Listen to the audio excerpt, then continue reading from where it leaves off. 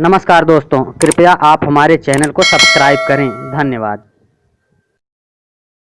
नमस्कार दोस्तों, मैं कृष्ण कुमार पांडे आप सभी का अपने YouTube चैनल मन का उद्गार में हार्दिक स्वागत करता हूं। दोस्तों, आज का हमारा वीडियो नेताओं और जनता के बीच के संबंध पर आधारित है। वो नेता जो जनता के द्वारा चुने जाते हैं और जनता को इस बात का गुमान होता है कि ये हमारे ही ऊपर निर्भर हैं, वही नेता चुनाव जीतने के बाद जनता को भूल जाते हैं और उन्हीं पर अत्याचार करते रहते हैं। उसी को लेकर के आज का ये हमारा वीडियो है। यदि आप इसे पूरा सुनेंगे तो सारी स्थिति आपकी निगाह में दौड़ जाएगी, एकदम से पूरा परिदृश्य आपके सामने उपस्थित हो जाएगा।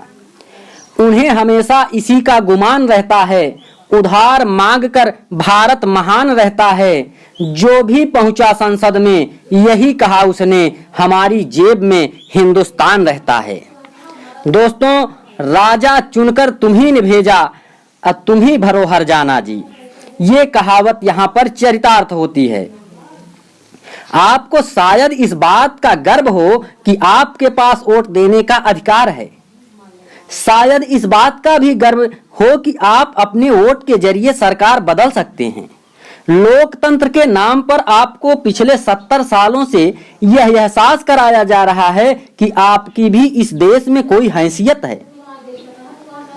हकीकत यह है कि आपको अब तक जानबूझकर एक मायावी दुनिया की मुगालतों में बंधक बनाकर रखा गया है। 5 साल में एक दिन आपकी आवाभगत शहंशाह की तरह की जाती है। वोट देने के बाद शहंशाह के कपड़े उतार दिए जाते हैं। एक बार फिर आपको बेबस और लाचार आदमी की तरह जीने के लिए किस्मत के भरोसे छोड़ दिया जाता है। लोकतंत्र के नाम पर चलने वाला यह दर्दनाक और बेरहम सीरियल कभी खत्म नहीं होता। हर 5 साल में निर्माता, निर्देशक और फनकार बदल जाते हैं। आवाम की रुलाई और धुनाई बदस्तूर जारी रहती है। आखिर वोट देकर आप हासिल क्या करते हैं? एक बेहतर जिंदगी के सपने तो बहुत दूर की बात रही, जिंदा रहने की न्यूनतम जरूरतों के लिए भी आपको हाथ में कटोरा लेकर खड़ा रहना पड़ता है। मांगने के लिए तैयार हैं, लेकिन जिन लोगों को आपने वोट दिया है उनके पास आपको भीख देने के लिए भी समय नहीं है। उनका सारा समय और ऊर्जा अपने मालिक को समर्पित है।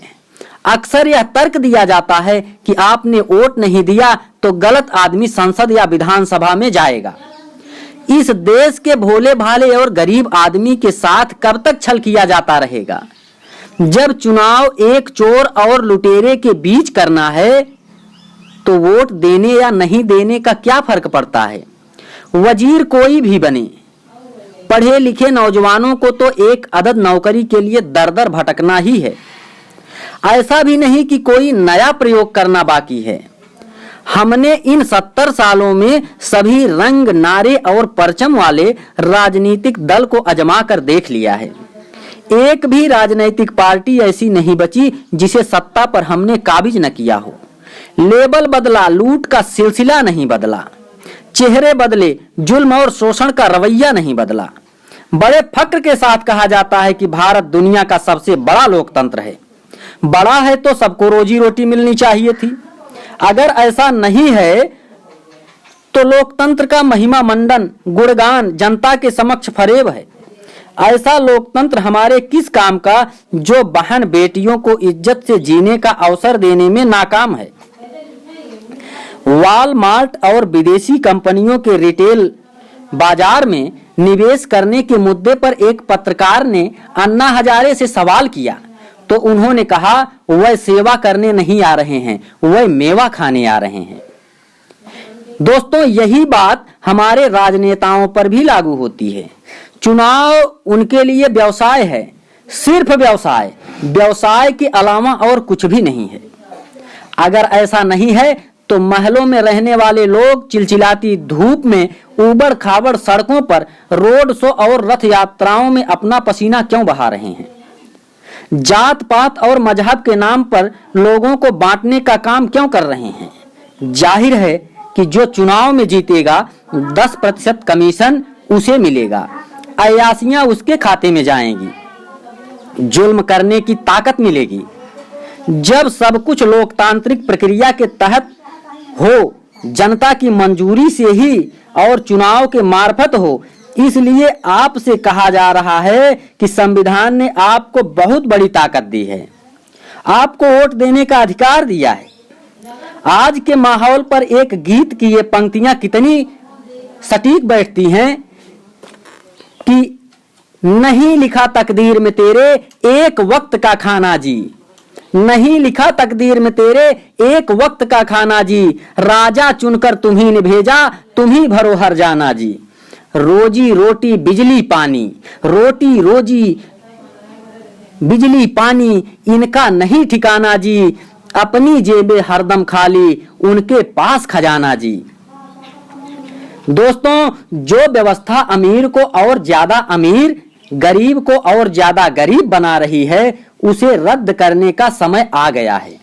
मौजूदा चुनाव प्रक्रिया से जिन लोकतंत्र का ताना बाना बुना गया है, वह महज पैसे से सत्ता और सत्ता से पैसा बनाने का खेल है।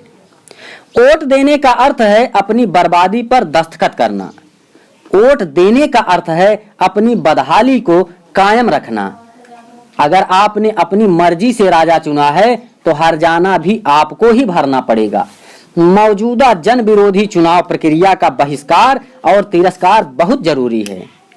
वोट नहीं देने से यह तसल्ली तो हासिल की ही जा सकती है कि लुटेरों, गद्दारों और चोरों को चुनने में आप शामिल नहीं थे। चुनाव प्रक्रिया को बदलने और सही लोकतंत्र के निर्माण का रास्ता यहीं से शुरू होता है। दोस्तों, आज की वीडियो में बस इतना ही।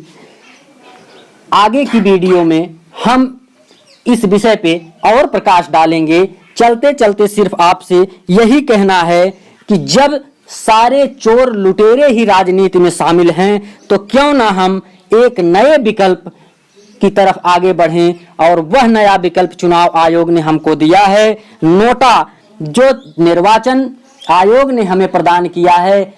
इलेक्ट्रॉनिक वोटिंग मशीन में सबसे नीचे की जो बटन होती है उसे नोटा कहा जाता है। हम नोटा पर वोट दे करके सभी राजनेताओं को जवाब दें और बताएं कि अब हम इतने मजबूर भी नहीं हैं कि किसी न किसी को वोट देते ही रहें। आज के लिए बस इतना ही। नमस्कार। नमस्कार दोस्तों, कृपया आप हमारे चैनल को सब्सक्राइब करें। धन्यवाद।